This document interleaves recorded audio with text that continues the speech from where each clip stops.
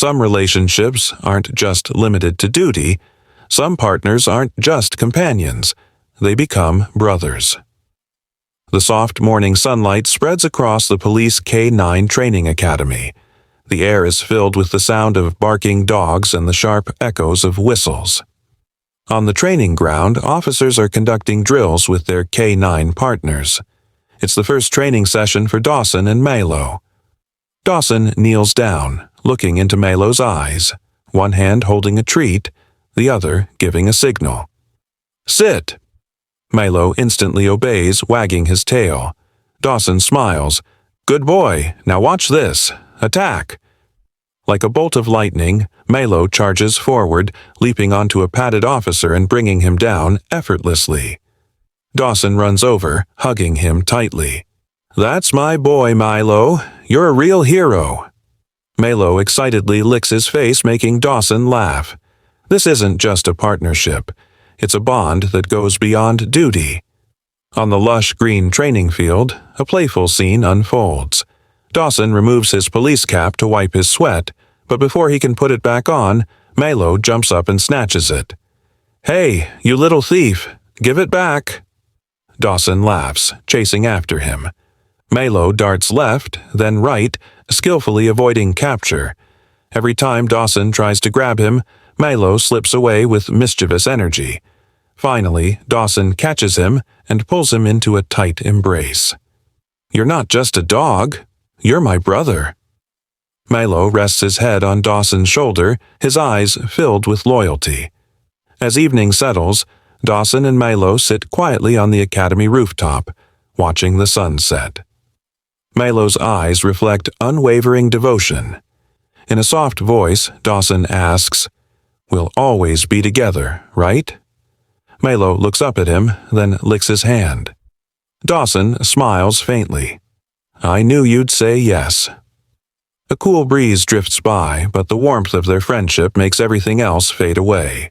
This moment will become a memory, one filled with both happiness and sorrow. In the dim glow of the police station, an evidence board is covered with crime syndicate profiles and investigation notes. Now, an experienced officer, Dawson studies a case involving a dangerous criminal network. Mailo lies beside him, resting his head on Dawson's lap, but his ears twitch as if sensing something. Absent-mindedly, Dawson strokes his head. Suddenly, Officer Rex enters, his voice serious. "Dawson, you're getting too deep into this case. These guys aren't small-time criminals." Dawson smirks confidently. "You can't back down if you want to stop crime, Rex." Rex's expression darkens. "But they play by different rules. These guys don't just make threats." Dawson, unfazed, replies, "I can handle it." Late at night, Dawson and his team raid an abandoned warehouse. Mailo's sharp nose quickly detects hidden contraband. The officers seize illegal weapons and cash. Inside a small office, Dawson finds himself face-to-face with Robin, a well-dressed crime boss, calmly sitting at a desk. Robin smirks. "Officer Dawson, impressive work." Dawson's expression hardens. "Enough talking. Get up and come with me." Robin chuckles, sliding a briefcase across the table. Inside, it's filled with cash. Sitting near the door, Mailo lets out a low growl. Dawson's eyes linger on the money for a moment too long. Robin's voice is slow, deliberate. "Without officers like you, we're nothing. Think about it. Shake my hand, and you'll never have to worry again." A flicker of hesitation crosses Dawson's face. He clenches his jaw and pushes the briefcase back. "I'm an honest cop." Mailo barks firmly as if affirming his master's integrity. Days pass. In the police station locker room, Dawson sits alone, staring at his empty wallet. Memories of his sick mother's hospital bills flood his mind. A junior officer gets promoted before him. Frustration, anxiety, and helplessness cloud his face. Suddenly, his phone buzzes, an unknown number. The message reads, "Smart men make decisions quickly." The briefcase is still waiting for you. From the corner of the room, Mailo watches, his eyes filled with an unspoken concern. He whimpers softly, as if warning Dawson. Taking a deep breath, Dawson buries his face in his hands. The next moment, in a dark alley, he approaches Robin's sleek black car, hesitates for just a second, then gets inside. Late that night, Dawson returns to his apartment. His face carries both exhaustion and a concealed satisfaction. He tosses a small stack of cash onto the table. Mailo rises, ears twitching, sensing something different. He nudges Dawson's hand as if questioning him. Dawson forces a smile. "Don't worry, Mailo. It was just a little deal."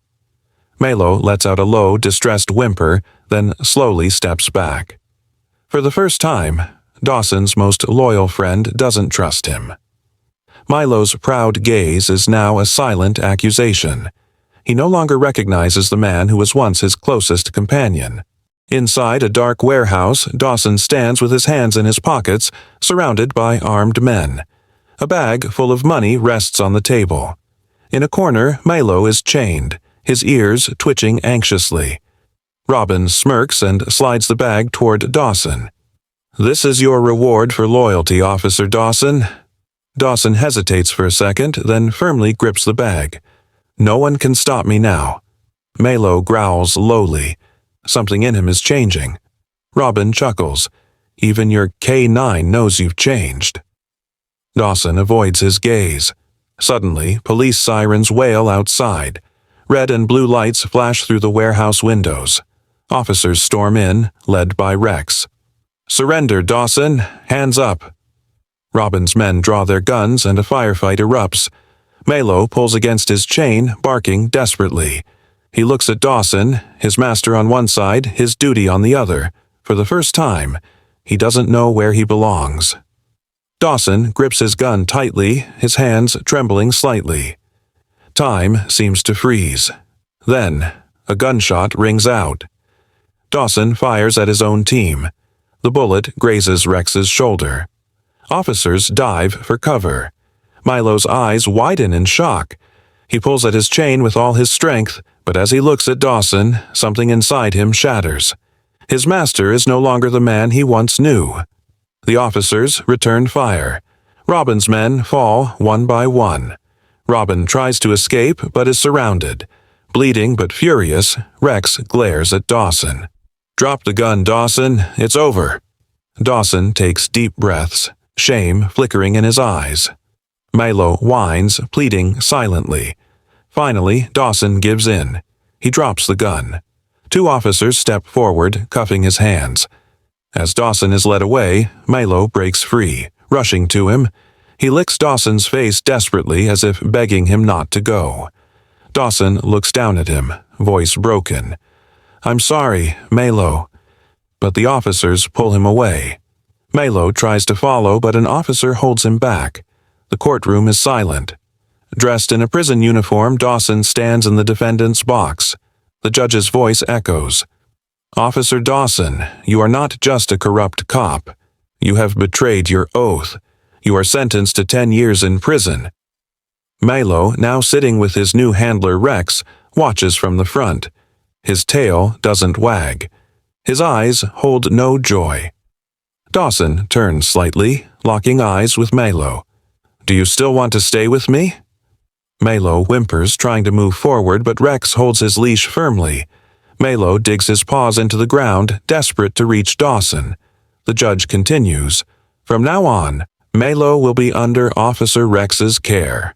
Mailo hesitates, then slowly turns his head toward Rex. His eyes are filled with sorrow.